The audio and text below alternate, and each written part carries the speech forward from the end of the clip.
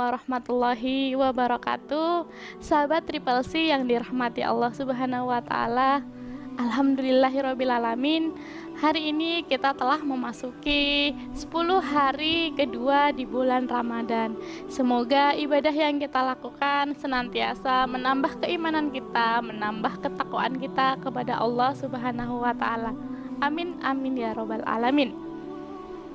Sahabat Triple C yang dirahmati Allah, berjumpa lagi dengan saya Devin Arisa Gita di segmen Ngabuburit bareng Triple C.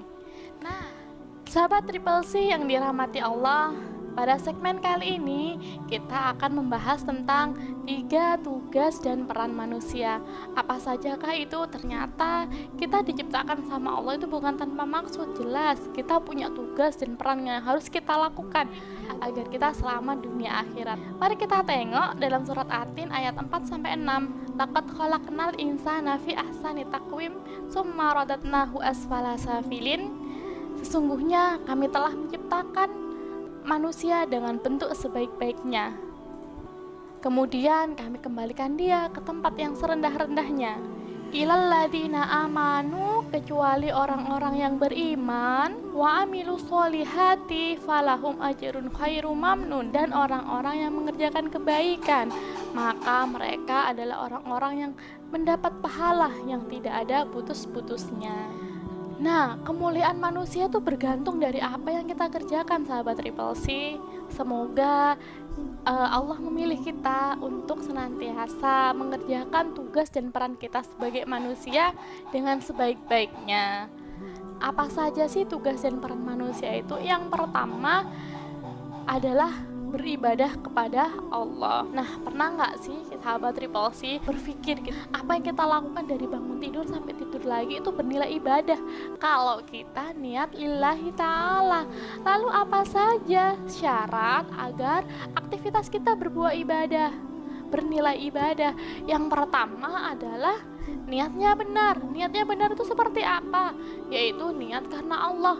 Tujuannya ingin mengharap ridha Allah. Apapun yang orang lain omongkan, baik mereka memuji, baik mereka mencaci, kita senantiasa terus melakukannya.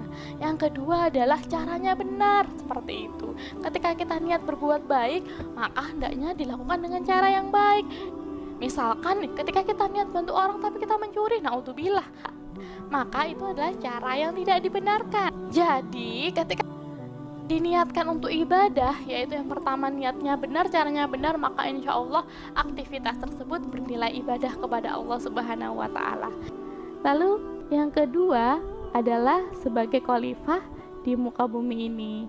Nilai-nilai dan segala ketentuan dari Allah Subhanahu wa ta'ala harus ditegakkan. Untuk menegakkannya, Allah memerintahkan manusia untuk menjadi wakil Allah, untuk menegakkan syariat-syariat Allah.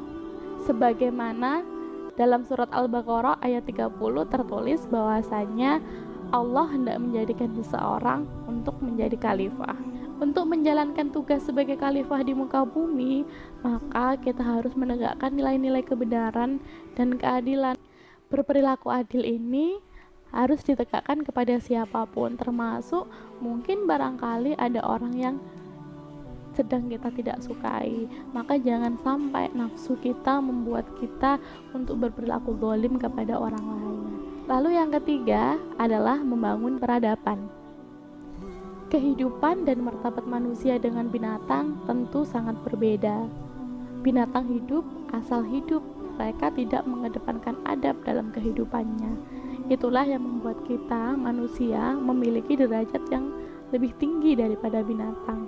Oleh karenanya, apa sih yang membuat kita derajatnya lebih tinggi? Karena kita punya tugas untuk membangun peradaban. Peradaban ini memiliki kata dasar, yaitu adab.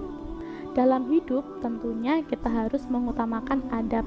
Adab sebelum ilmu, ilmu sebelum amal. Dalam membangun peradaban yang mulia, tentunya kita harus menegakkan syariat-syariat Islam. Semoga kita senantiasa dibimbing sama Allah untuk membangun peradaban yang mulia. Itulah 3 tugas dan peran manusia. Demikian sedikit yang bisa saya sampaikan. Wassalamualaikum warahmatullahi wabarakatuh.